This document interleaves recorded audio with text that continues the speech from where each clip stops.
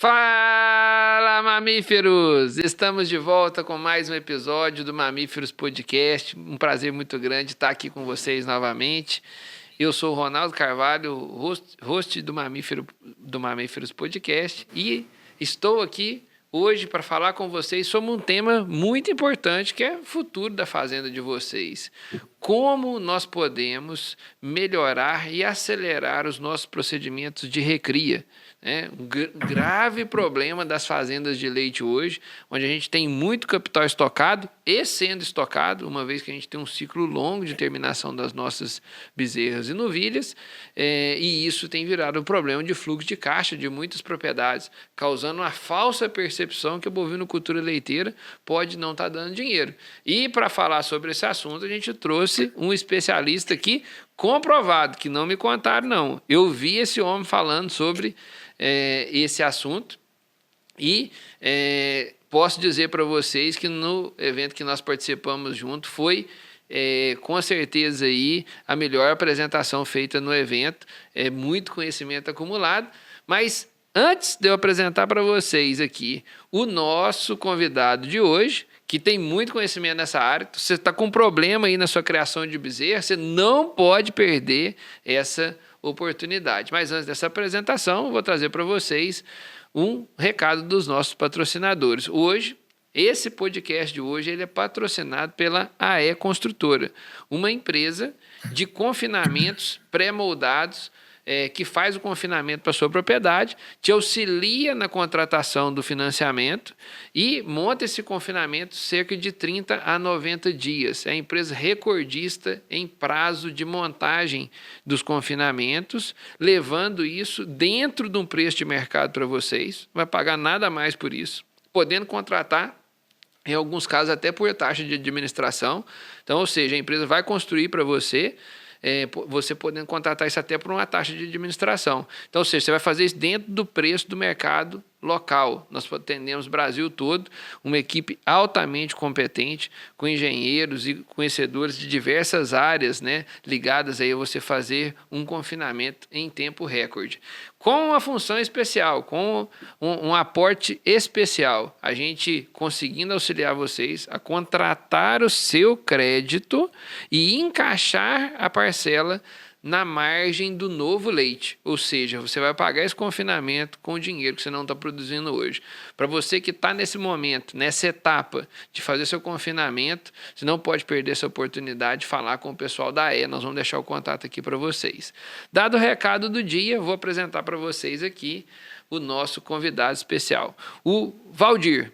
O Valdir, tive a oportunidade de participar de um evento com ele, onde ele fez uma apresentação sobre recria de bezerros, sobre recria, de uma forma geral, e trouxe informações no nível de impacto, no nível de praticidade, que eu, na frente de todo mundo, tive que convidar ele para poder vir no podcast lá no evento. A gente estava no evento no Simpel, mais de 300 pessoas nos assistindo lá.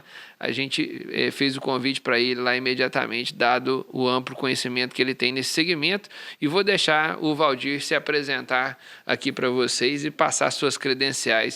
Valdir, conta para os mamíferos aqui, quem é o Valdir na pessoa física e na jurídica? As moças aqui que nos assistem, elas querem saber se o homem é casado, tem filho, e por aí vai. Então, Valdir na pessoa física e Valdir na pessoa jurídica, né?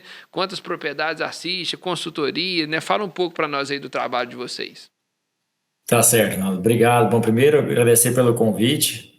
Obrigado pelas palavras. Que bom que a palestra lá foi bem esclarecedora. Bom, meu nome é Valdir, eu sou veterinário, formado na UFG de Campos de Jataí. Comecei minha carreira trabalhando como veterinário de cooperativa, na cooperativa Agrovale, aqui do sudoeste de Goiás. Trabalhei por 2 anos como veterinário de cooperativa, depois eu já comecei a trabalhar como autônomo, atendendo propriedades, sempre trabalhando com vaca leiteira, e trabalhei uma época na cidade chamada Caçu, que é do sudoeste goiano também. Depois vim para Rio Verde, onde minha família reside, e trabalho com assistência e consultoria de vacas leiteiras desde essa época. De um tempo para cá eu montei um grupo de consultoria, a gente trabalha com sou eu e mais 3 veterinários, atendemos hoje em torno de 12 fazendas de forma direta, mais algumas fazendas de forma indireta, como consultoria esporádica, faço muito treinamento para empresas, principalmente na área de nutrição, né? Minha formação principal hoje é nutrição. No início era muito mais focado em reprodução e sanidade, depois eu fui migrando um pouco minha carreira para o lado de nutrição, onde eu aí fui fazer especialização, mestrado em nutrição, e hoje eu estou bem mais engajado nessa área de nutrição de vaca leiteira em geral. A parte de recria sempre foi uma paixão, vamos dizer assim, um gosto, né? Quando eu comecei minha carreira, quase ninguém falava de recria, não tinha técnico que gostava de recria, e tanto os técnicos quanto os produtores, de maneira geral, não davam muita importância para a recria, né? Recria sempre foi visto como um custo, sempre entre aspas, um mal necessário dentro da fazenda de leite, até pelo desembolso que o produtor tem com isso, né? Em torno aí de pelo menos 20% do custo de produção é com recria. Então, ao longo dos anos, a recria sempre foi vista muito mais como uma despesa do que como um investimento, e isso atrapalhou a evolução da recria, eu sempre falo isso, né? Se olhar para a recria como um investimento a longo prazo, demorou por causa dessa visão do produtor e do próprio técnico. Então, eu acabei, de paralelo, junto com a nutrição e com outros setores das fazendas, me especializando mais também nessa parte de recria, né? E de um tempo para cá, eu também entrei como conselheiro do grupo Alta Cria, né, que é um grupo de benchmarking, iniciou como um grupo de benchmarking de recria no Brasil, hoje é muito mais do que isso, né? Hoje é praticamente um grupo de estudo sobre recria, e isso também me deu muita base para conseguir avançar nessa área, que é uma área que eu gosto bastante de atuar, né? Como você falou, uma pessoa física, eu sou casado, tenho 2 filhos, e moro em Rio Verde, Goiás, e estamos aí para tentar esclarecer um pouco das dúvidas do pessoal aí. Então, assim, as mamiretes vão se conter aí, né? O homem é casado, vocês não abusam, não.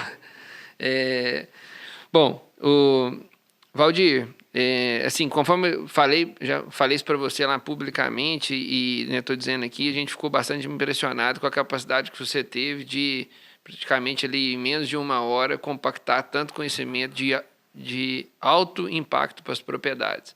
E num contexto, nós vamos...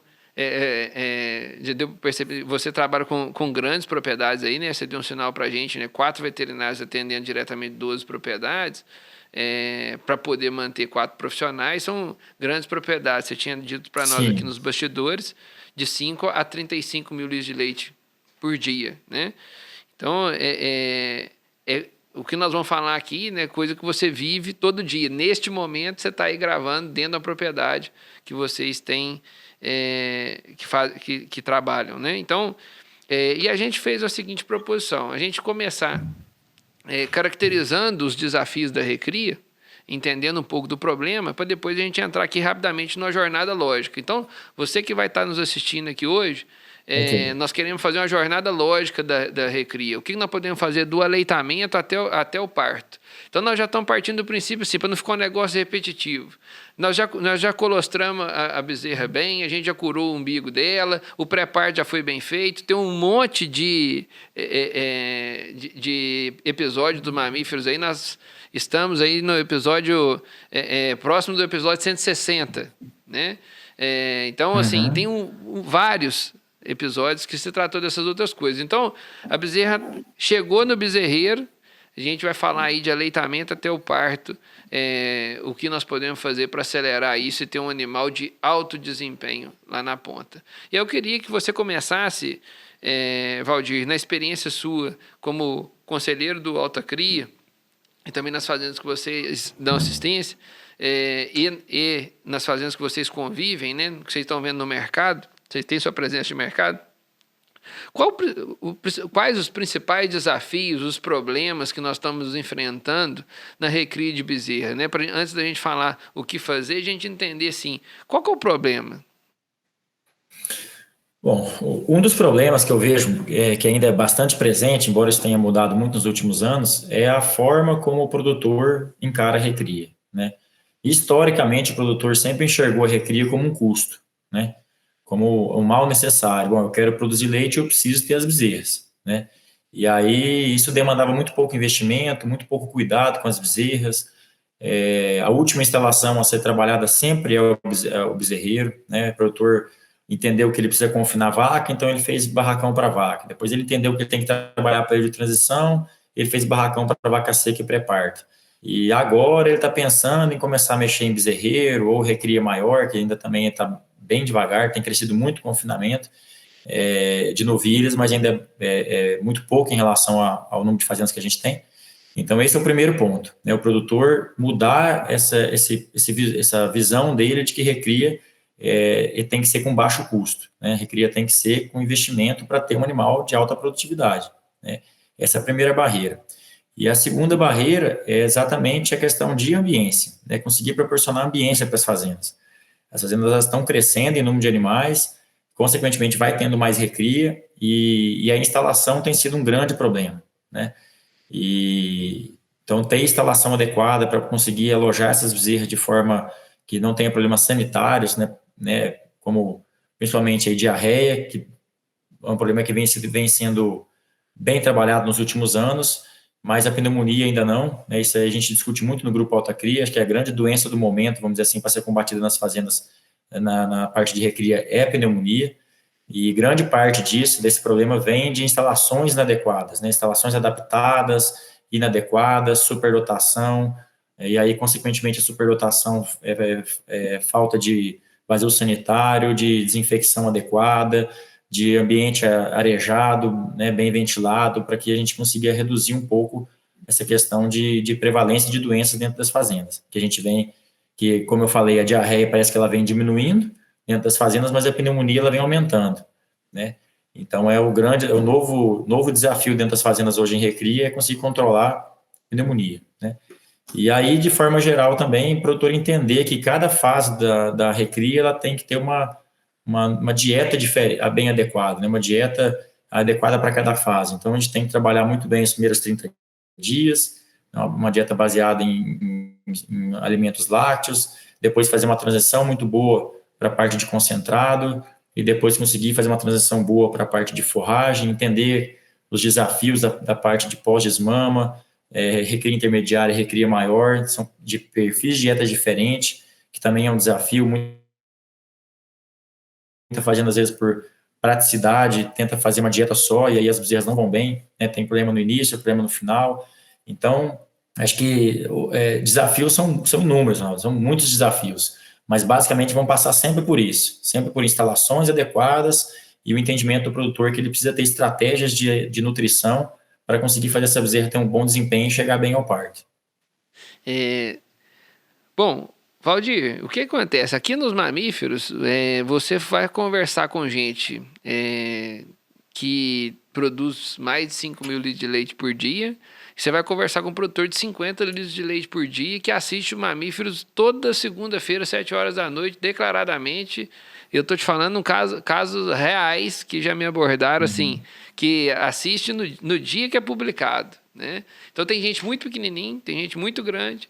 Sim. Que acompanha a gente aqui no detalhe. Então, eventualmente, né, você vai ter que visitar sua época de cooperativa aí e tentar, às vezes, trazer um pouquinho, né, tentar conversar também um pouquinho com o mundo até um pouco mais atrasado mesmo em termos de desafios, né?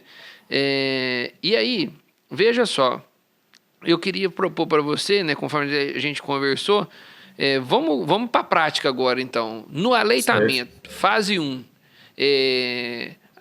tem gente recebeu pergunta semana passada, 2 litros de leite de manhã, 2 litros de leite é muito, Ronaldo? Então, assim, aí eu falei assim, rapaz, eu acho que você está bem defasado. O que você está vendo hoje como o manejo ideal do aleitamento, buscando preparar essa bezerra para as próximas fases, né? Então, no campo do aleitamento, o que nós temos de mais moderno, comprovado? Certo. Bom, a primeira coisa que o produtor ele precisa entender é que a bezerra na fase inicial, especialmente os primeiros 30 dias, toda a nutrição dela deve vir de leite. Por mais que a gente incentive ele colocar ração à vontade para ela desde o nascimento, água, mas o consumo é muito pequeno, né? Ela está em fase de adaptação do rumen, desenvolvimento do rumen para conseguir comer concentrado e forragem. Então, nessa fase, ela precisa de leite. Tá? Quanto mais leite eu forneço nos primeiros 30 dias, maior o desempenho inicial dessa bezerra. Consequentemente, melhor a saúde dela, eu vou ter menor prevalência de doenças e maior vai ser o desenvolvimento dela também depois dessa primeira fase. Né? Se ela toma mais leite na fase inicial, ela vai comer mais concentrado depois, desenvolver um pouco melhor. Tá? Dizer assim, e hoje a gente sabe que é muito pouco para bezerra. 4 litros de leite é simplesmente o que ela precisa para se manter viva. Ela não consegue ter nutriente necessário para ter um bom desenvolvimento tomando 4 litros de leite por dia. Tá? Então, esse é um dos grandes problemas que a gente vê de recria dentro de fazenda, não só em fazendas pequenas, mas nas grandes também, às vezes. Né? Porque, tradicionalmente, é aquilo que eu comentei no início, é o pensamento de tentar gastar menos com a bezerra. E a gente sabe que leite é caro, ele é caro mesmo. Então, para tentar gastar menos, o produtor tenta colocar pouco leite para essa bezerra e fazer ela, né, de forma mais forçada, vamos dizer assim, comer mais concentrado. Tá? Mas ela não vai fazer isso nos primeiros 30 dias. Ela não tem capacidade de consumir concentrado e nem de digerir alimento vindo de origem vegetal nas primeiras 3 semanas de vida. Então, ela tem que tomar muito leite. Então, a estratégia mais adequada hoje é a gente fornecer o máximo de leite possível para ela, no mínimo, 6 litros de leite por dia, mas muitas fazendas hoje têm trabalhado com aleitamento mais intensivo, que vai de, às vezes, 8, 9, até 10 litros de leite por dia. Na fase inicial, a gente não precisa alongar isso por muito tempo, tá? A gente deve fazer isso em torno de 30 dias, mais ou menos.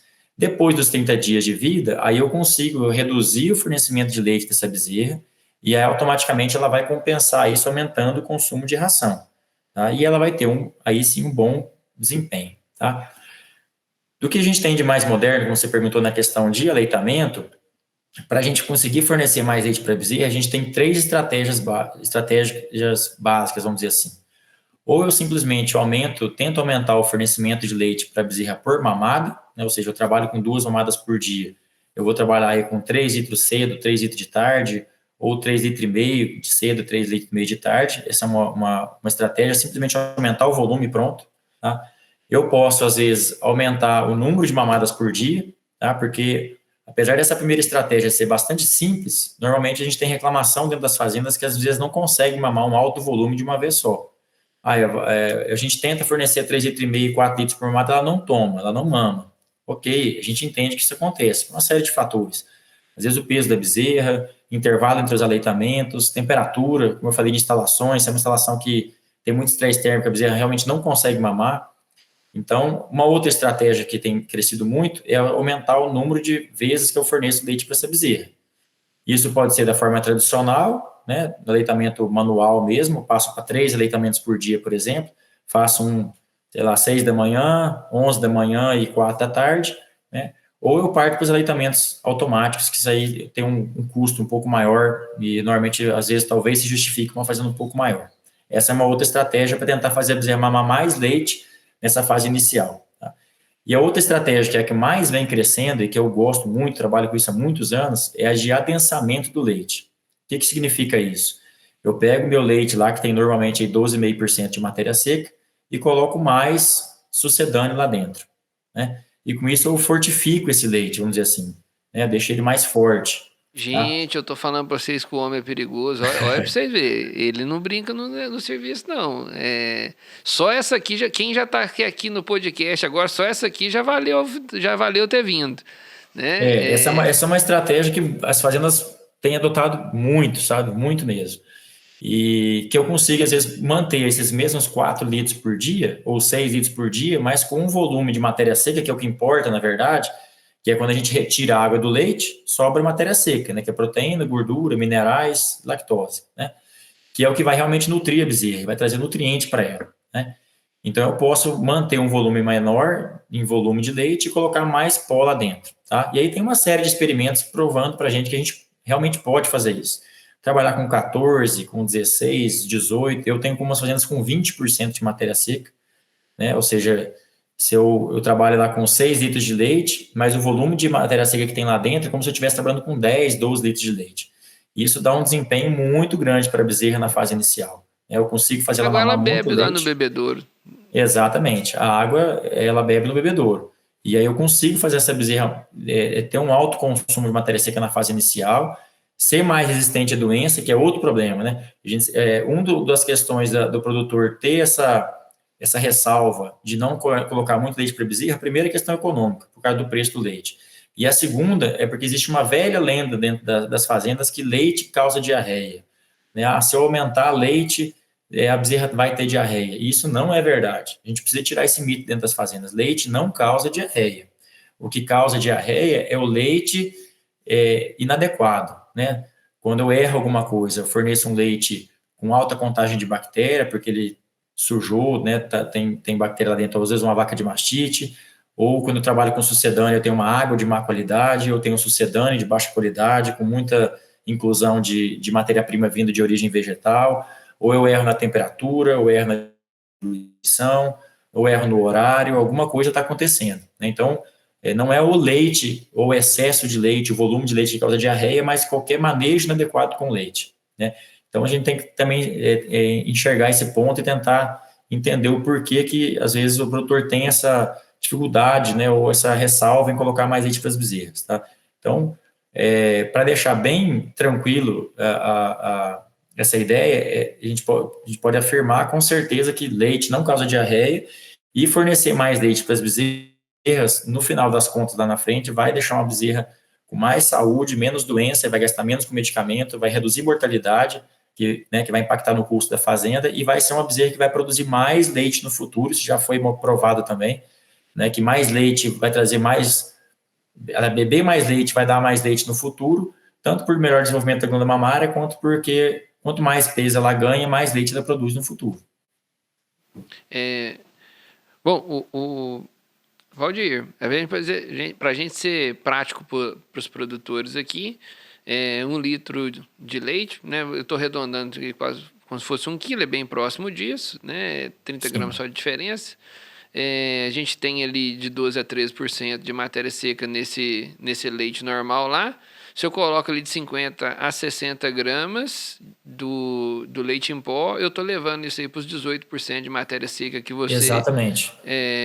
trouxe para nós. Então, ou seja, uma inclusão de 50, 60 gramas, podendo chegar, né, você tem uma experiência de chegar até a 70 gramas de inclusão aí no leite, levando isso aí para próximo de 20% de matéria seca por litro de leite. Então, ou seja, isso aqui é uma referência para os produtores, para eles conseguirem corrigir o leite deles lá na fazenda. Tem alguma diferença no cálculo? É isso mesmo? Errei alguma coisa aqui? Não, é isso mesmo. E isso é importante, especialmente nas fazendas que usam leite de carência, né? O leite sujo, como se fala nas fazendas, né? Que normalmente esse leite que vem de uma vaca que tá numa mastite, está saindo de uma mastite, ele tem matéria seca mais baixa. Então, ele não vai nem ter nem ter os 12,5% de matéria seca, mas vai ter 10%, 11% no máximo. E aí, às vezes, ele está colocando, igual você comentou, 4 litros para bezerra, mas, teoricamente, se a gente for transformar isso para matéria seca, é como se estivesse dando, talvez, 3 litros, 3 litros e meio. E aí, a bezerra vai ter problema, né? Ela não vai ter desempenho, ela vai perder peso, o sistema imune dela vai estar baixo, qualquer desafio que ela tiver, ela vai adoecer, seja de diarreia, de pneumonia, e aí o problema está instalado, né? Então, principalmente nessas fazendas aí, fazer adensamento é uma boa estratégia para conseguir ajustar essa nutrição láctea das bezerras.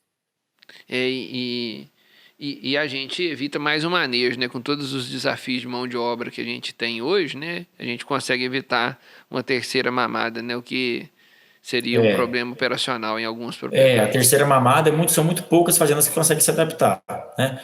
Justamente por causa de questão de mão de obra. Você tem que ter mais mão de obra na fazenda para conseguir cumprir carga horária, mais vasilha sendo lavada, um manejo a mais. Então, não, do ponto de vista nutricional é muito legal, mas do ponto de vista prático já não é tão fácil assim, né? Então, talvez o mais fácil mesmo seja realmente ou você aumentar o volume de leite por mamada, ou fazer o adensamento e conseguir fornecer mais matéria seca para essas bezerras dentro do mesmo manejo que ele já tem hoje. Assim, de praxe, a gente vê em muitas propriedades, a gente conseguindo essa equivalência nutricional de bons, mesmo pensando em bons sucedâneos, né, a gente consegue uma equivalência nutricional com um custo corrigido da matéria seca mais baixo até no sucedâneo, né? Então, fazer o Sim, adensamento, eu acho que tem até um impacto em custo, né? sim. E nas propriedades que você vem trabalhando, tem usado 3 litros adensado, tem usado 2 adensado, tem usado 2,5 adensado, como é que tem sido?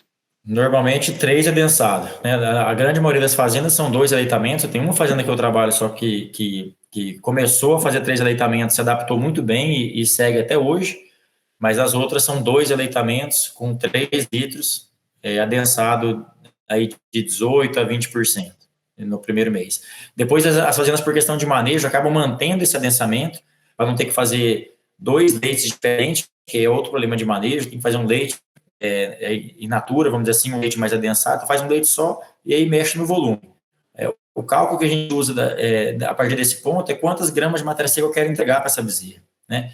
Então, se eu trabalho a 18% ou 20%, eu vou achar a conta para fornecer lá. Eu quero trabalhar a partir dos 30 dias com 750 ou com 800 gramas de matéria seca por dia, e aí estimular elas no consumo de concentrado. Então, aí cada fazenda vai achar o seu ponto ideal. Muito prático, muito prático. Eu já imaginava que a nossa conversa ia ser boa, mas ela começou já acelerada, já começou com os 2 pés no acelerador. Vamos lá. É muita coisa para nós falarmos, então vamos para o segundo tema nosso, instalação. O que nós estamos tendo de moderno em instalação? Eu já vou dar um direcionado aqui. Casinha, a baiazinha elevada, Suspensa, baia a baia suspensa. suspensa, no chão tem outro resultado, dentro do compost. Onde que está melhor de criar bezerra? Fala para nós aí. O que vocês estão vivenciando? Assim, Ronaldo, eu não tenho uma instalação de preferência, né? Vamos dizer assim. Eu acho que tudo funciona muito bem. Eu tenho fazenda com sistema tropical de corrente, tenho fazenda com sistema tropical de piquetinho, né, cercado com tela, tem fazenda de baia no chão, de baia suspensa. Cada fazenda ela se adapta melhor num tipo de sistema específico. Tá? O que tem crescido muito são as gaiolas suspensas, principalmente por se colocar uma maior quantidade de animal num menor espaço de área, né? E outro que tem crescido muito são as baias no chão, principalmente para as fazendas maiores. O sistema tropical, na minha opinião, ele vai muito bem para as fazendas menores, né? Porque é um pouco mais fácil de lidar. Quando você parte para as fazendas um pouco maiores, acaba que você usa uma área muito grande e o manejo começa a ficar muito complexo, né? Você tem que levar leite das bezerras num bezerreiro muito grande. É difícil levar, às vezes falta equipamento, porque é pesado, às vezes o tratador não consegue ficar arrastando o balde para cima e para baixo, então o aleitamento é um problema, e aí o tempo para conseguir cumprir a tarefa dele de levar leite, depois de lavar vasilha, de levar concentrado num sistema tropical, que usa uma área grande, começa a se tornar um pouco complicada, complexa, quando você parte para uma fazenda maior. Tá? A questão das gaiolas suspensas também funcionam muito bem, desde que muito bem planejadas. Tá? Talvez seja o sistema que a gente tem que tomar mais cuidado em relação ao planejamento. Da mesma forma que vaca em lactação, freestall, por exemplo, é o sistema que eu tenho que tomar mais cuidado para não ter uma instalação errada, porque eu posso prejudicar muito o desempenho das vacas. No bezerreiro, é a mesma coisa com gaiola suspensa. Então, o dimensionamento dessa gaiola, o que eu vou usar de piso na gaiola para poder não ter muita umidade, o que eu vou usar de cama para essas bezerras, se eu vou usar maravalha, se eu vou usar feno, se eu vou, né, como que eu vou lavar isso? Então tem que ser um sistema de fácil lavagem. Normalmente a gente recomenda usar flushing por baixo das gaiolas, né, porque eu não quero lavar gaiola com bico de aspersão. Dos maiores causadores de problema de pneumonia dentro de bezerreiro é usar lavagem de jato de alta pressão, porque eu dissemino gotícula de água e junto com isso vai ter, né, muita bactéria, vírus sendo disseminado dentro do bezerreiro. Eu preciso ter ventilação adequada, porque agora tem um espaço pequeno de área com muita bezerra adensada.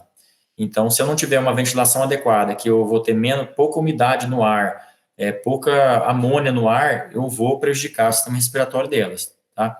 Então, o sistema de gaiola funciona muito bem quando eu tenho um bom sistema de lavagem, né, primeiro de drenagem das gaiolas, depois de lavagem disso, para que eu não use muita água e não tenha um ambiente muito úmido, e um bom sistema de ventilação. Isso é primordial, né? Então, eu sempre brinco que é o combo da gaiola. O combo da gaiola tem uma boa drenagem, eu usar palha, eu preciso usar uma palha para essa bezerra, tá? Isso vai melhorar não só a questão de comportamento da bezerra, mas também de pneumonia. Tem uma série de trabalhos científicos mostrando que se eu trabalho com mais palha na gaiola, eu reduzo o problema de pneumonia lá dentro, porque eu reduzo a disseminação de agente dentro do bezerreiro, e eu preciso ter ventilação lá dentro. Tá? Então, isso aí é o que eu brinco do combo. Se eu pensar em colocar gaiola em uma fazenda, mas não tiver sistema de drenagem, sistema de limpeza, sistema de ventilação adequada, não põe a gaiola, porque vai ser pior do que um sistema no chão. Tá?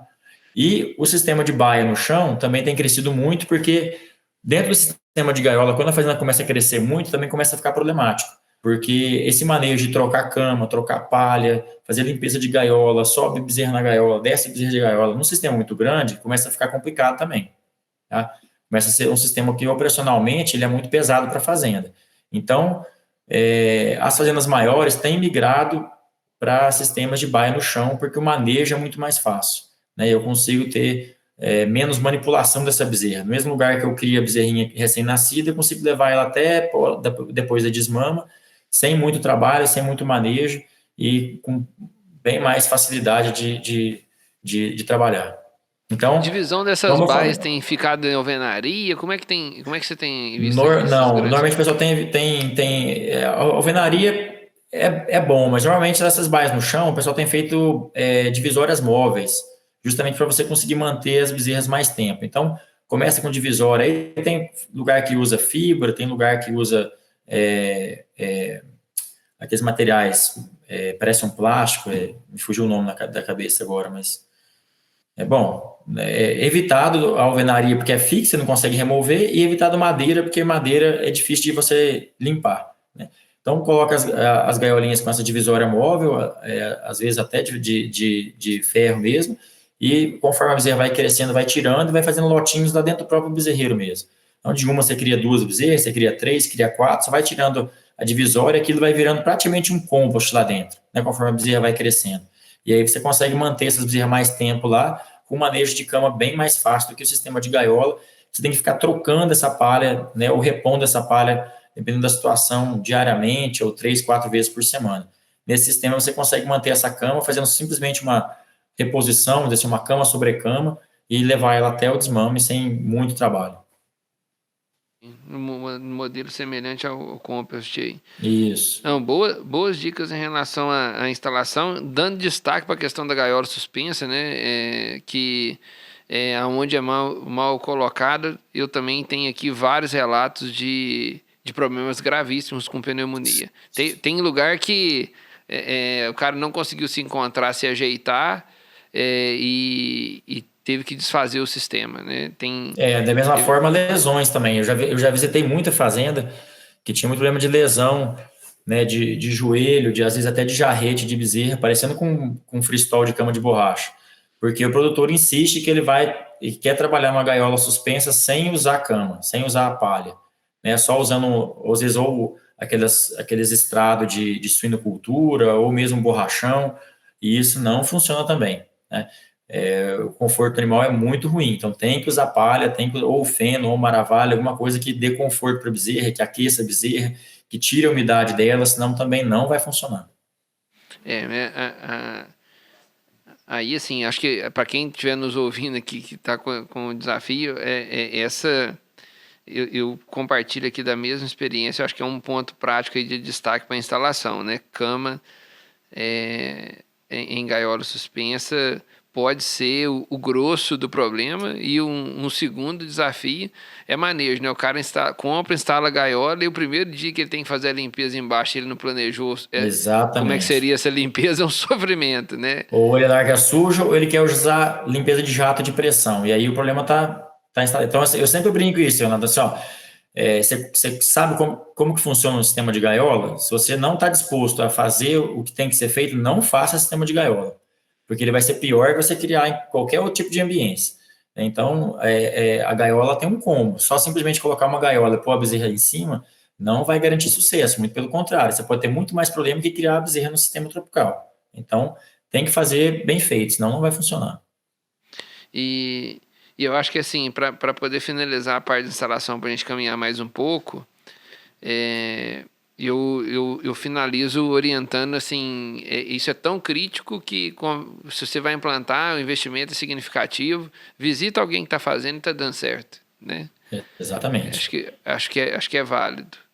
É, conversa primeiro, visualiza o que está dando certo, visualiza o manejo lá, porque às vezes pode estar dando certo lá e não dá para você, porque às vezes você não tem condição de aplicar o mesmo manejo, mas vê como é que está sendo feito e tenta realizar na sua casa, né? Eu acho que um destaque importante aí. E olha para esses detalhes, né, que nós citamos aqui. Vou botar a marcha na nossa conversa aqui então. A gente falou de aleitamento e instalação. Eu queria falar com você agora um pouco sobre essa bezerra. Ela vai começar a comer ração. E aí, como é que a gente começa a diminuir o leite dela? Até para a gente fazer essa transição aqui da nossa conversa também, essa redução de leite, como é que você tem visto a maioria das fazendas praticando, né? De 3 litros de leite por mamada de leite adensado, tem caído para quantos litros de leite? No segundo e no terceiro mês, se é que vocês estão chegando no terceiro mês. Como é que tem sido isso? Terceiro mês está fazendo 2 mamadas ou não? E o concentrado está entrando em paralelo a isso aí. Quais as dicas principais para o concentrado? A questão do concentrado é importante a gente fornecer desde a primeira semana de vida. Quanto mais cedo essa bezerra tem consumo de concentrado, mais cedo ela se torna uma ruminante, que é o que a gente quer no final. Né? A gente tem que entender que o desenvolvimento do rumen da bezerra ela é por consumo cumulativo de concentrado. Né? Então, quanto mais cedo eu começo, mais cedo eu desenvolvo o rumen, independente de quanto que ela vai comer na fase inicial. Mesmo que ela vá comer 30 gramas, 50 gramas, não é ok, ótimo. Né? Eu vou fazendo esse consumo cumulativo até ela conseguir desenvolver o rumen. Tá? Que o que desenvolve rumen, na verdade, é o concentrado. Né? É a presença de ácido graxo volátil dentro do rumen. É isso que desenvolve papila, né? Que desenvolve musculatura, que vai fazer essa bezerra realmente conseguir digerir alimentos de origem vegetal. Tá? Normalmente a gente pede para as bezerras para ir mostrando essa ração para as bezerras, né? Vai lá, né? Põe um pouquinho na boca da bezerra nos primeiros dias para ela entender que ela tem que ir lá no coxo e com o tempo ela só vai aprendendo. Tá? O leite a gente costuma recomendar levar no volume mais alto de leite até em torno de seus 30, 35 dias de vida no máximo. Depois eu quero tirar esse leite para fazer a bezerra aumentar o consumo de concentrado. Tá? Se eu levo muito leite durante muito tempo, eu atraso o desenvolvimento do rumen da bezerra, e isso não é interessante. Então, eu forneço muito leite nas primeiras 4 semanas. Depois da 4ª semana, a gente começa a reduzir, que isso é importante também, fazer uma transição. Eu não posso simplesmente sair de 3 litros, 3 litros e meio por mamada e cair para 2 do dia para a noite. Porque daí ela vai ter aquela queda de consumo, né, de energia vindo do leite, não consegue compensar via concentrado e aí o desempenho dela cai. Então a gente vai, se eu estou trabalhando lá com 3 litros e meio, eu passo para 3 litros, mais 3, 4 dias, depois para 2,5 até chegar onde eu quero. Eu não faço isso de uma forma abrupta, não. Tá? E aí, conforme eu vou reduzindo o leite, automaticamente essa bezerra vai compensando devagar com o concentrado. Né? E aí, quando chega mais ou menos em torno de 60 dias, eu já estou com o volume de leite bem baixo, né, para estimular ela a comer mais concentrado mesmo, normalmente em torno de seus 4 litros, vindo para 3 já. Nessa fase aí, varia muito de fazenda para fazenda. Fazendas que desmamam mais cedo já começa a reduzir isso de uma forma mais drástica, depois de 60 dias. Fazendas que desmamam um pouco mais tarde vão levando esse leite em 2 mamadas ainda, em torno de 2 litros até 1,5 litro por mamada, até próximo de 80, 85 dias, mais ou menos. Tá? Em relação ao concentrado, é importante a gente ter ingredientes que sejam de boa digestibilidade, então preferencialmente farelo de soja, milho, casca de soja e um núcleo mineral. É importante que ele tenha esse milho tem uma granulometria um pouco mais grossa, a gente não quer um milho muito fubá como a gente usa para a vaca, né? A bezerra gosta de alimentos um pouco mais grosseiros, isso ajuda no consumo dela. E aí, depois disso, a gente tem também que começar a introduzir forragem. Né? A introdução da forragem ela varia muito de sistemas para sistemas. Né? Algumas fazendas começam esse fornecimento um pouco mais cedo, em torno de 30 dias, 40 dias, e algumas fazendas começam a introduzir essa forragem um pouco mais tarde, mais próximo do desaleitamento. Muito bom. Em termos aí vem a hora da zebra agora, vem a hora da tragédia. Aí tem que desmamar. E aí, Certo. aí começa os desafios. Em alguns casos, mudança drástica de sistema, criada no Danoninho, a hora que está na fase de aleitamento, pega ela e solta ela pro pasto lá de trás de não sei aonde, ou coloca em condições muito diferentes do que era, e aí vem um monte de problema de doença, e saiu do leite, e já vem tristeza, e às vezes dependendo tá num lugar fechado e não conhecia o carrapato, e vai conhecer ele depois que ficou sem o leite, e mais uma quantidade de outros desafios aí. O que preocupar na desmama? Como é que você tem visto a rota legal da desmama? Tá. Primeiro ponto muito importante que o produtor tem que ter é que ele tem que garantir a transição do leite para o concentrado. Ele não vai conseguir desmamar bem uma bezerra se ele não fez essa garantia de que a bezerra realmente conseguiu aumentar o consumo de concentrado. Então, por isso que é importante ele ir reduzindo o leite, não de uma forma abrupta, como eu falei, chegar lá nos 70, 80, 90 dias, não sei a idade que cada fazenda desmama, e tirar o leite de uma vez. Ela não vai conseguir substituir automaticamente o consumo de concentrado. Então, ele tem que fazer essa transição suave. Cada semana ele vir reduzindo até chegar na desmama e com consumo alto de concentrado. Tá? E realmente se garantir isso, né? Medir, ver se ela realmente está comendo concentrado de forma adequada. Ter um consumo alto, acima de 1,3 kg, 1,5 kg de concentrado por bezerra dia, é um grande sinal de que ela está pronta para ser desmamada. Eu tenho um rumen desenvolvido, ela deixou a dependência de nutriente vindo do leite e passou a fazer isso via concentrado. Esse é o primeiro ponto, fazer uma transição de desmama suave, não de forma abrupta. Esse é o primeiro sinal de sucesso da transição. O segundo passo de sucesso é que automaticamente, conforme eu vou tirando o leite e vou aumentando o concentrado, eu preciso também adaptar essa bezerra a comer volumoso, porque quando eu desmamar ela, vai ter volumoso na dieta, né? Então, se eu também não adapto a comer volumoso, quando eu desmamo ela e jogo ela numa dieta que tem forragem, seja silagem de milho, capim, o que for, ela não vai conseguir ter consumo adequado, né? Porque ela não tem capacidade de digerir isso ainda, né? Não tem um rumo adaptado para digerir forragem. Então, esse é outro ponto interessante. Eu preciso achar dentro da minha fazenda quando que eu vou começar a colocar forragem e que forragem eu vou colocar em que quantidade, tá? A literatura é muito tranquila em relação a isso hoje, né? A gente tem duas forragens principais para a gente trabalhar na fase de aleitamento e transição. Uma delas é silagem de milho, que é uma forragem que praticamente toda fazenda leiteira tem, e eu posso fazer isso desde que dá a quantidade adequada. Então, o ideal é a gente trabalhar com 10% de silagem de milho misturada no concentrado. Isso eu estou falando de matéria seca, né? Para o produtor entender, mais ou menos 20%. Então, se eu vou fazer uma mistura lá, eu coloco 8 kg de ração para 2 kg de silagem. Misturo isso e forneço para a bezerra, tá? Então, isso vai garantir que eu estou adaptando ela a comer forragem para poder desmamar ela. Se eu trabalho com feno picado, tem uma série de vantagens, de questão de armazenamento na fazenda, de não ter que misturar todo dia como precisa na silagem, de não deteriorar, de não esquentar no coxo, não fermentar, aí eu vou trabalhar com 5%, tá? Aí realmente praticamente é 5% mesmo. Eu ponho 95, 9,5 kg de ração, meio quilo de feno e feito concentrado das bezerras, tá? E aí eu vou introduzindo isso conforme a bezerra vai crescendo. Tem fazendas que iniciam o concentrado com forragem aos 30 dias, aos 40. O importante é que eu não forneça muito próximo da desmama.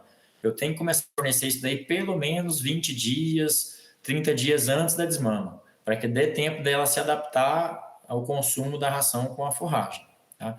Então, eu tenho que tirar o leite de forma suave, garantir que ela está comendo bastante concentrado e garantir que ela se adaptou com o consumo da forragem. Aí essa bezerra está pronta para ser desmamada, tá?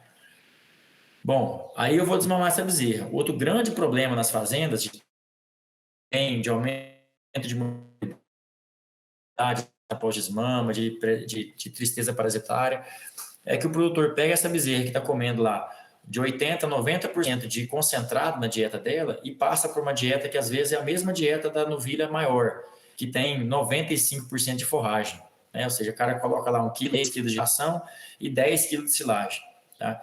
E aí essa bezerra não tem capacidade de ter alto consumo dessa dieta, né? E mesmo que ela tenha um alto consumo, a densidade de energia e proteína é muito baixa, porque basicamente eu tenho forragem lá dentro. Então, eu colocar uma bezerra recém-desmamada numa dieta de recria maior, automaticamente eu estou minando o desempenho dela. E eu estou predispondo ela a ter uma baixa de imunidade, consequentemente a ter doenças, não só pneumonia ou alguma outra doença infecciosa, mas até tristeza parasitária, porque a capacidade de resistência dela está bem baixa. Então, é importante que eu consiga fornecer uma dieta de transição para ela, com bastante concentrado, de 70% a 80% de concentrado, e no máximo aí 20% a 30% de forragem, para que ela consiga ter um bom consumo e um bom desempenho. Tá? E uma dieta bastante proteica, como a gente comentou aquele dia lá, dieta de 19%, 20% de proteína. Show de bola. E esse é um grande desafio. Esse aí hoje, eu já vou aproveitar para a gente conectar com esse tema, para a gente poder tentar esclarecer isso aí até para as próximas fases, né? Existe ainda uma grande tradição de, especialmente para pequenos produtores, né? De uma forma geral no mercado, acho que as grandes fazendas, né, muito bem assessoradas aí por pessoas preparadas em nutrição, que tem esse discernimento. Mas a grande maioria dos produtores ainda no mercado tem dietas, ração concentrado fornecido para recria, formando ou quantidade muito baixa, mas quando tem um fornecimento significativo, formando as porquinhas aí, né? Baixotinha, gordinha, achando bonito aquilo, e uma bezerra que acaba não crescendo em função dos baixos níveis de proteína na dieta. O que nós podemos dar de dica para esse pessoal para tentar ser mais prático possível? Mais prático possível, assim, ó, quando a gente pega essa questão de teor de proteína na dieta de recria, é uma coisa que virou cultural no Brasil. Porque as empresas comerciais de ração, afinal delas, tradicionalmente trabalham com ração 16 a 18% de proteína para recria. Tá? E é uma ração que, principalmente para as fazendas que usam silagem de milho, é totalmente inadequada. Né? Se eu trabalho com silagem de milho, eu tenho muito grão de milho dentro da silagem, por mais que não seja uma silagem muito boa, de fazenda pequena, de região que não é muito boa produtora de milho, eu tenho muita energia lá. O que está faltando é proteína. Né? Quando eu pego uma ração com 16% de proteína e jogo numa silagem de milho que vai ter 8% de proteína, eu faço uma dieta com 12%, 11% de proteína. Isso é muito pouco proteína para uma bezerra. Né? Então, mas é questão muito mais, às vezes, comercial para as empresas, vender uma ração barata que se tornou cultural dentro das fazendas, porque todo mundo fazia isso. Né? Então, o que eu sempre falo para os produtores é assim, ao invés de você fornecer 2 quilos, tem empresa que recomenda 4 quilos de ração para uma recria, você pode trabalhar com 1,5 kg de ração para uma recria, desde que seja vindo de proteína. Eu posso trabalhar lá com 1,3 kg de farelo de soja, 100 gramas de núcleo e boa, né? Ou se quiser usar um DDG da vida, 1,2 kg de farelo de soja, mais 200 gramas de DDG, ou seja, com 1,5 kg de concentrado na média, eu consigo fechar uma dieta muito boa para uma recria comendo silagem de milho, sem a bezerra engordar, fazendo ela crescer, ter ganho em musculatura, em carcaça, bom desempenho e sem ter um custo alto, né? Muitas vezes fica mais barato fornecer 1,5 kg de uma ração só com fonte proteica, de farelo, DDG e mineral, do que 2, 3, 4 quilos de uma ração 16, 18%, que tem muito milho, que eu estou gastando muito dinheiro com essa dieta e não estou tendo desempenho, muito pelo contrário. Estou criando uma bezerra que não é uma bezerra de leite. Estou criando praticamente um animal de confinamento, fica aquele animal, como você comentou, pequeno, gordo, que vai ser improdutivo no futuro. Né? Então, o que a gente sugere hoje em dieta de recria não é gastar mais, na verdade, mas é gastar de forma correta. Né? Ou seja, se você pegar aí 4 quilos de uma ração 16, eu estou dando praticamente o mesmo tanto de farelo do que 1,5 kg de uma ração proteica, mais 3 quilos de milho fora. Então, é isso que a gente está tentando evitar. Né? Então, fornecer uma ração que tenha basicamente proteína. No caso de uma recria que vá a pasto, em algumas fazendas que isso acontece, aí eu posso, às vezes, dependendo da qualidade desse pasto, usar uma ração com menos proteína um pouco. Aí vai variar de fazenda para fazenda. Aí talvez uma ração 18%, 20% consiga fechar uma dieta nessa situação. Mas numa situação, numa condição de silagem de milho, eu preciso de um concentrado basicamente com proteína. Essa é mais uma dica extremamente prática, né? E chega a ser de tanto impacto cultural que a gente tem, né? Da busca do mercado da venda de ração lá, dar uma ração mais barata, e também era uma ração mais barata, mas a gente parava para pensar dada animais que tinham uma fração significativa da dieta, às vezes vindo de capim, às vezes vindo de pastagem, assim, bem sem controle, né? O animal não tava confinado. Então, acho que o impacto para o produtor aqui agora é ele entender o contexto, né? Eu estou até chamando a atenção para isso, Valdir, para o pessoal entender o contexto que você está falando. Tem uma silagem de milho, com milho, né? Tem a silagem de milho com milho. Não precisa de mais milho na ração. Não precisa de mais milho na ração. A novilha não vai precisar disso, né? Então, nós estamos falando que você pode economizar o milho, colocar só a parte que é soja. Só a parte proteica, exatamente. Porque ela já está comendo milho o milho que ela precisa, ela vai comer lá na silagem. Essa informação ela é de altíssima qualidade para o produtor, porque é um redirecionamento do recurso. Às vezes ele estava ali dando uma quantidade de concentrado maior para a bezerra e faltando o que ela mais precisava, e às vezes só redireciona o recurso para a proteína. Então nós estamos falando assim, você pode estar fornecendo aí para uma bezerra que consome silagem de milho, uma estrutura praticamente de um proteinado, né? Onde vai ter ali soja, DDG e o núcleo ali específico para recria. Essa informação é mais uma informação prática de alta qualidade para os produtores, e caso o volumoso não for silagem de milho, a sugestão para a gente, até por questão de tempo, a gente ter que estender muito, ficar tentando adivinhar qualquer coisa aqui. Aí a sugestão é provocar os seus parceiros aí, a Casa Agropecuária, a gente tem excelentes profissionais hoje ligados, os fornecedores de minerais, né, as marcas fornecedores de minerais, tem assim, um exército de excelentes nutricionistas, né, pessoas assim, fanáticos pela área de nutrição, que pode ajudar você, produtor que está nos assistindo, a formular uma dieta compatível com o volumoso que você está utilizando, né? Mas a dica para silagem de milho é utilizada para grande parte dos produtores, e entender que não precisa de colocar fubá na dieta dessa novilha, só essa aí já valeu, mais uma que valeu o ouro hoje, Valdir. Bom, vou caminhar um pouco mais. A gente vê um movimento normal de acontecer. O produtor, às vezes, né, com os problemas da mortalidade na fase inicial das bezerras ali, ele coloca essa bezerra, o brinco é criado no Danonim, né? Ela é fechada e de repente solta essa bezerra, solta o popá, virou novilha, ou está na fase qualquer lá, pós-desmame lá. Esse animal tende a ir para um pasto de vaca seca para longe, etc. E tal. Então, assim, como que a gente mantém a intensidade dessa criação dessa bezerra, né? Que nós estamos falando para virar novilha aí, né? Como é que a gente mantém essa intensidade? Nós estamos vendo um alto movimento. Todo mundo que eu conversei que fechou a recria, o arrependimento era de não ter fechado antes, né? E o que mais que você está vendo aí que é importante a gente destacar na nossa condução desse animal aí, esse animal pós-desmama já está mocinha, vamos falar assim? Essa realidade de fechar a recria, ela está cada vez mais comum. Ela está evoluindo muito mais rápido do que a gente imaginava que fosse. Quando as primeiras fazendas começaram a fechar a recria, a gente ficava com muito medo, primeiro de ser um investimento que não se pagasse, porque não é um animal produtivo, né? Então você está fazendo uma instalação com um animal que não tem retorno econômico no momento. Será que isso aí é viável economicamente?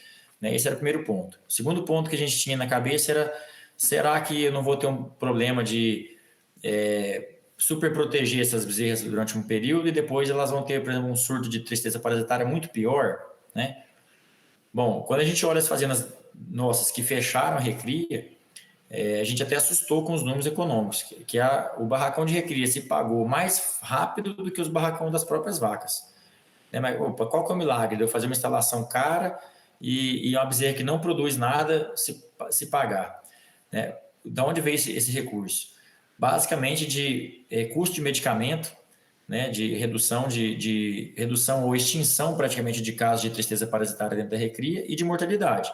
Quando a gente olha os benchmarks dos grupos de consultoria, não só o meu, mas vários que a gente olha, é unânime de ver que, de maneira geral, no Brasil, a gente tem de 25% a 30% de mortalidade da recria do nascimento até o parto. Ou seja, cada 10 bezerras que nascem na fazenda, só 7 chegam ao primeiro parto. Então, quando o produtor vai colocar isso na ponta da caneta, quanto que ele perdeu de animal, né, que ele já gastou com ele, porque normalmente não morre no primeiro dia, né, vai morrendo ao longo da vida. E o que ele deixou de crescer, de produzir, um barracão desse paga, na média, em torno de 1 ano e meio, no máximo 2 anos, só com redução de custo de medicamentos e de mortalidade. Né? Então, e isso tem permitido para as fazendas também ter um ritmo de crescimento em rebanho muito grande.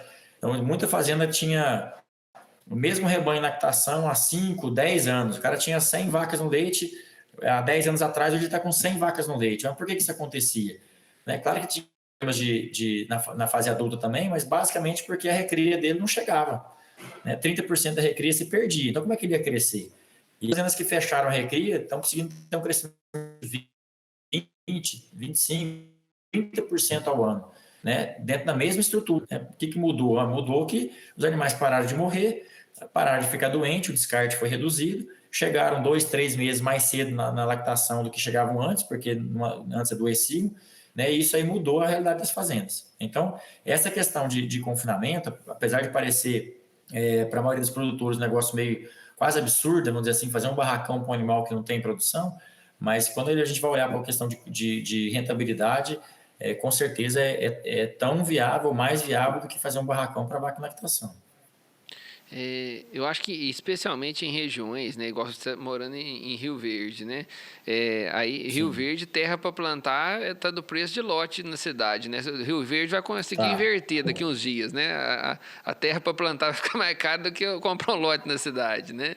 Então, assim, está no nível onde a terra é muito cara. Então, compactar o sistema é importante também pelo custo da terra e esse ritmo de piquetinhos e mais piquetinhos e deu barro, tem que ter mais um piquetinho de step e tal. Então, ou seja, isso aí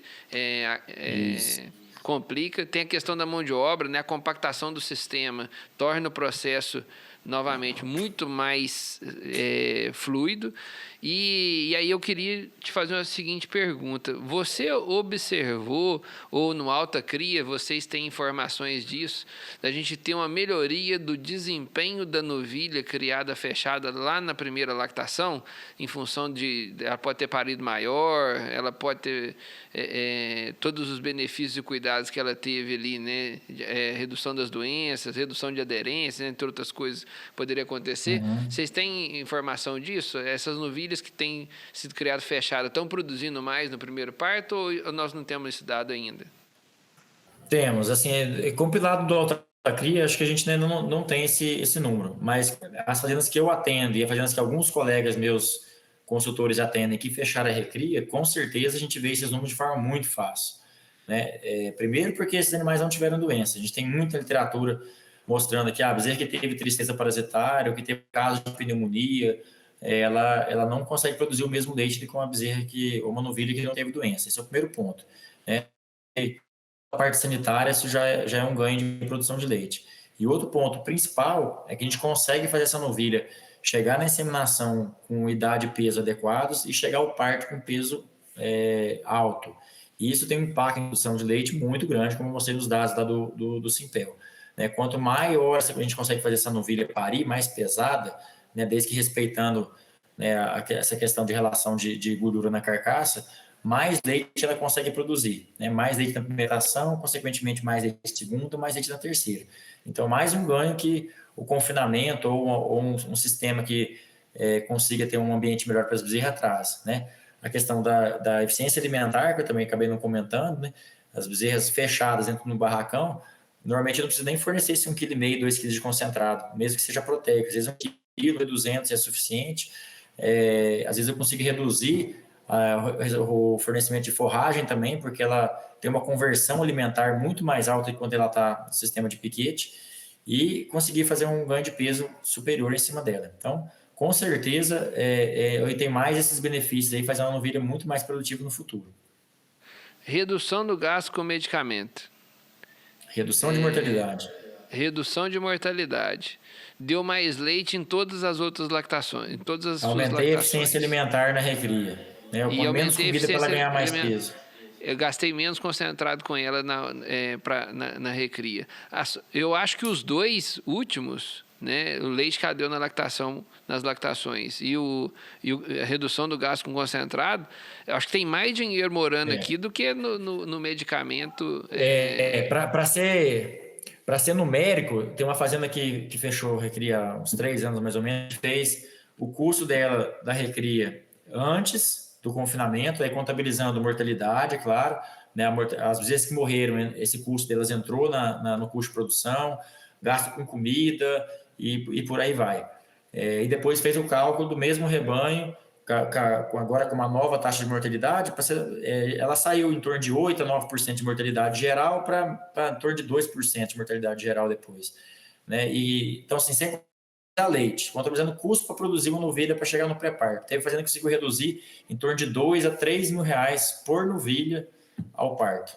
Simplesmente porque ela morreu, igual eu falei, morreu menos, gastou menos medicamento, gastou menos comida. E chegou 2, 3 meses mais cedo na lactação.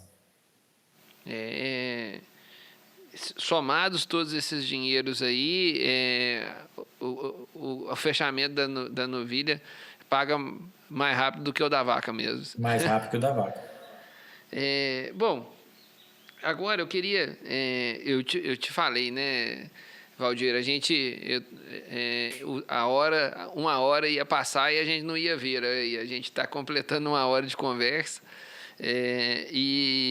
mas eu queria explorar um pouquinho aqui com você do seguinte: quais os principais monitoramentos que eu posso fazer desses animais para que a gente possa acompanhar que nós estamos fazendo a coisa certa? E aí eu queria que você provocasse a gente aqui, trouxesse para a gente, né, uma visão dos números saudáveis aí de incidência de doença, mortalidade, se olha ganho de peso, se é prático medir a altura, né? E se tem mais alguma coisa que vocês têm olhado aí nessa jornada. Certo. Bom, na fase inicial de bezerreiro, a gente quer menos de 25% de prevalência de diarreia, tá? E menos de 10% de prevalência de pneumonia, que são as doenças mais comuns nessa fase, né? E quando a gente olha para a mortalidade, o ideal é que a gente tenha menos de 3% de mortalidade no bezerreiro, e na fase adulta menos de 2% de mortalidade, certo? Ou seja, a gente quer que ao parto a gente tenha em torno de acima de 95%, 96% de sobrevivência, ou 3 a 4% de mortalidade do nascimento até o parto, tá?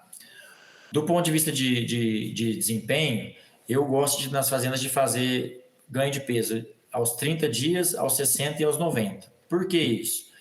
Porque, como a gente comentou no início, cada fase é uma estratégia diferente. Então, se eu só simplesmente peso minha bezerra no nascimento e no desmame, eu tenho lá 90 dias de intervalo e o meu desempenho não é bom, aonde que eu vou mexer? Bom, eu não sei onde eu vou mexer. Eu preciso saber aonde que é o problema. Se o meu desempenho está ruim de 0 a 30, então eu sei que eu preciso mexer na fase de leite, eu preciso mexer em leite, eu preciso dar mais leite para a bezerra. Porque na fase inicial, todo o desempenho dela vem de leite, então eu vou precisar fornecer mais leite para a bezerra. Se meu desempenho é ruim de 30 a 60 dias, aí eu devo entender que a minha transição de leite para concentrado está ruim. Eu preciso ter uma estratégia que consiga aumentar o consumo de concentrado pós 30 dias. E se meu desempenho é ruim depois de 60 dias, muito provavelmente alguma estratégia minha, ou de introdução de forragem, ou mesmo de consumo de concentrado, também não está legal. Porque essa bezerra não está ganhando peso na fase que o nutriente dela vem de concentrado. Então, por isso eu gosto de fazer 3 coisas diferentes. Tá? Nos primeiros 30 dias, o ideal é que a gente tenha um ganho de peso acima de 800 gramas, né? De 30 a 60 acima de 850 e acima de 60 dias acima de 1 quilo. Tá? Então, se eu não tenho esse ganho de peso em qualquer uma dessas 3 fases, é isso que eu devo olhar. Na fase inicial, se eu estou com pouco leite, na fase de 30 a 60 é consumo de concentrado, na fase final também deve ser consumo de concentrado ou talvez introdução errada da minha forragem. Né?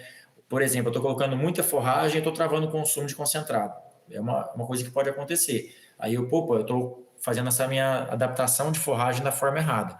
Então, o ganho de peso serve muito para isso, para monitorar a minha estratégia de aleitamento concentrado e introdução de forragem. Tá? Depois disso... Ganho de peso 30 dias, deu uma picadinha na sua fala? De 0 a 30, acima de 800 gramas. 800, 850 e 1 quilo. Isso, Na fase de pós-desmama, até de desmama aos 6 meses, eu tenho que ganhar também acima de 1 quilo, por aí. Né? Pelo menos 1 quilo, tá? Aí eu sei que minha estratégia está adequada. Agora, se eu saio de um ganho menor que 800 gramas, 600 gramas, ou às vezes até fazendo que perde peso, isso é um problema. Então, aí de novo, ou eu estou colocando muita forragem para minha bezerra, ou meu concentrado está com muita energia e pouca proteína, alguma coisa eu estou errando. Mas eu preciso manter um peso a 1 quilo até os 6 meses de idade. Tá? Depois dos 6 meses, aí eu já não tenho necessidade de ter um grande desempenho. Se eu tiver um desempenho em torno de 800 gramas, 850, é suficiente, né, para eu conseguir atingir o que eu quero. Né? O que eu quero? Eu quero que a minha novilha chegue aos 13 meses de idade com 55% do peso adulto da minha fazenda. Né? Então, aí tem fazenda que vai ser 380, tem fazenda que vai ser 400, tem fazenda que vai ser 410 quilos. Tá? Eu preciso ter o peso adulto das vacas para entender o que eu preciso para minha novilha. Tá? E em uma altura, como você comentou aí, de 1,25 de cernelha ou 1,30 de garupa. Aí isso é prático de fazer? Bom, na fazenda pequena, é fácil de você vai ter 5, 10 novilhas por mês chegando, você vai lá e com a fita e mede. Tá? Ou nas fazendas maiores, você pode fazer, às vezes, uma marcação no tronco. Né? Você vai lá, mede o 1,25 lá e risca lá com uma tinta, alguma coisa, as bezerras vão passando, você vai tendo noção, mais ou menos, da altura delas. É uma coisa bem fácil de se fazer na prática também, você consegue entender se, opa, eu tenho peso, mas eu estou com a altura adequada, eu estou com o desenvolvimento corporal adequado, então isso é importante. Tá? E aí, na fase de parto, o ideal é que essa novilha chegue o mais pesada possível. Né? A literatura falava em 83% do peso adulto, depois fala em 90%, 92%, mas o que a gente tem visto que muito trabalho tem mostrado é que o ideal é que ela chegue ao parto em torno de 95% do peso adulto. Então, o mais pesada possível. Tá? Quanto mais pesada ela chegar, maior vai ser a produção de leite dela na lactação. Mais leite ela vai produzir porque ela não usou ração de leite para crescer. Exatamente. O produtor tem que entender que ela tem uma programação genética. Se ela tem uma programação para ter 700 quilos, é como se fosse nós. Eu tenho uma programação genética para ter 1,80 m. Eu vou chegar em 1,80 m. A hora eu vou chegar. A vaca tem a programação adulta para chegar em 700 quilos. Se eu ela parir, por exemplo, com 500 quilos, ela tem que ganhar 200 ao longo da primeira e segunda lactação. Então, em vez de ela usar o nutriente da dieta em lactação para produzir leite, ela vai usar esse nutriente para crescer. Porque crescer é uma prioridade biológica para ela. Ela vai chegar naquele tamanho. Então, às vezes, ele está perdendo 2, 3, 4, 5 quilos de leite por dia de uma novilha, simplesmente porque ela está pegando esse nutriente que ela deveria ter crescido lá antes de parir e usando para o seu crescimento corporal. Tá? E aí ela vai ter menos nutrientes disponíveis para produzir leite. Metaforicamente aqui, você entender que ela mamou mais 2 a 5 litros de leite naquela primeira lactação é um prejuízo medonho. Né? Medonho. Às vezes é o lucro da fazenda. 2, 3 litros na média, normalmente é o lucro da fazenda. Né? É o suco da laranja aí, né? Mas muito bons essas referências de números aqui. E Assim, Valdir, muito denso o nosso papo, né? Nós estamos aí 1h10, muitas dicas, mas muito práticas, assim como foram na palestra. Eu já imaginava que ia ser prático, produtivo aqui nossa conversa e foi aí acima das minhas expectativas. Para a gente finalizar, eu queria que você passasse aí sua mensagem, né, como de vivência nesse campo da recria. Eu sei que sua experiência é muito grande na bovinocultura leiteira como um todo, mas aqui no tema, qual sua mensagem final aí para os produtores de leite, para os mamíferos que nos assistem aqui? Ótimo. Bom, a minha mensagem é que o produtor enxergue a recria como um investimento e não como custo, né? Ela é um investimento, né? Então, quanto mais eu investir nessa bezerra, mais ela vai me dar retorno no futuro, né? Eu sempre brinco que não existe fazenda boa com recria ruim, né? A fazenda boa, ela tem recria boa. Não tem como eu ter muita doença na fase de recria, muita mortalidade e ter uma fazenda que cresce 10, 15% ao ano, ou que tem uma alta taxa de descarte voluntário, ou que tem uma alta lucratividade. Não é incompatível isso. Eu não posso ter duas fazendas, uma fazenda boa depois do parto e uma fazenda ruim na fase de recria. Isso é incompatível.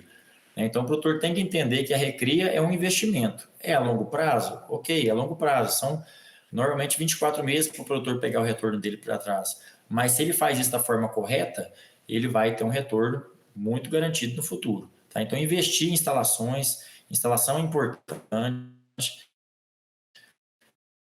desde a fase de aleitamento até a fase mais de maioridade, ter nutrição adequada, leite na fase de aleitamento até depois, entender que a bezerra, igual a vaca, né? A vaca adulta não tem informação de lote, tem a dieta de pós-parto, a dieta de alta, dieta de média, dieta de baixa. A recria também é assim, eu preciso da dieta de aleitamento, de pós-aleitamento, de recria menor, de recria maior. Isso normalmente vai economizar para o produtor, vai usar realmente aquilo que ele precisa para cada fase e vai garantir o desempenho dessa novilha no futuro. Tá? Que tudo que ele investir, ele vai ter isso para lá. E pensar muito em, sempre uso o termo também de custo por quilo de ganho, igual quem trabalha com confinamento de gado de corte. Né? Eu não quero saber quanto que eu gasto por dia numa bezerra, eu quero saber quanto que eu gasto para ganhar 1 quilo de ganho de peso. Né? É muito importante eu pensar dessa forma, que é quantos reais eu gasto para colocar 1 quilo na minha bezerra. Né? E não simplesmente é quanto que é o custo da ração, então eu estou gastando R$ 4 por dia, isso é pouco ou é muito? Eu não sei, R$ 4 está dando para ganhar quantos quilos de peso? Né? Então essa é a forma dele pensar em custo por quilo de peso, pensar em recria como investimento e com certeza ele vai ter a eficiência maior na fase adulta das vacas. E eu vou complementar o que você disse. Faz bem feito tudo isso para a quantidade que você der conta. A opção fazer mal feita não existe, o prejuízo é maior. Exatamente. Dá mais dinheiro. E não adianta o produtor investir em genética, né? Não adianta ele investir lá, comprar um touro bom e a bezerra nasce e morre. Né? Compra um sêmen muito bom, a bezerra adoece. Né? A gente brinca que quem cria mal, ele não seleciona a genética, ele fica com quem sobra, na verdade, né? Ele não tem capacidade de selecionar nada, porque se ele descarta as vacas, ele não pode porque a recria não chegou, né? E aí a bezerra morreu. Então, quem cria mal, ele não consegue fazer seleção, ele fica com quem sobra. E essa não é uma opção boa para o produtor. O produtor tem que criar aquilo que é rentável, né? E para isso tem que morrer pouca recria.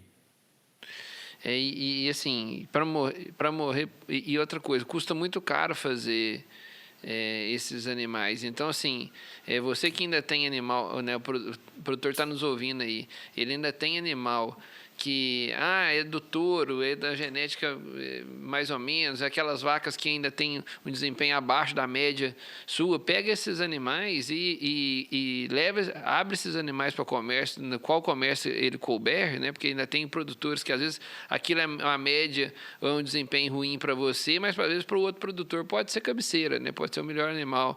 Então, ou seja, mas o fato é que para fazer essa recria bem feita não custa.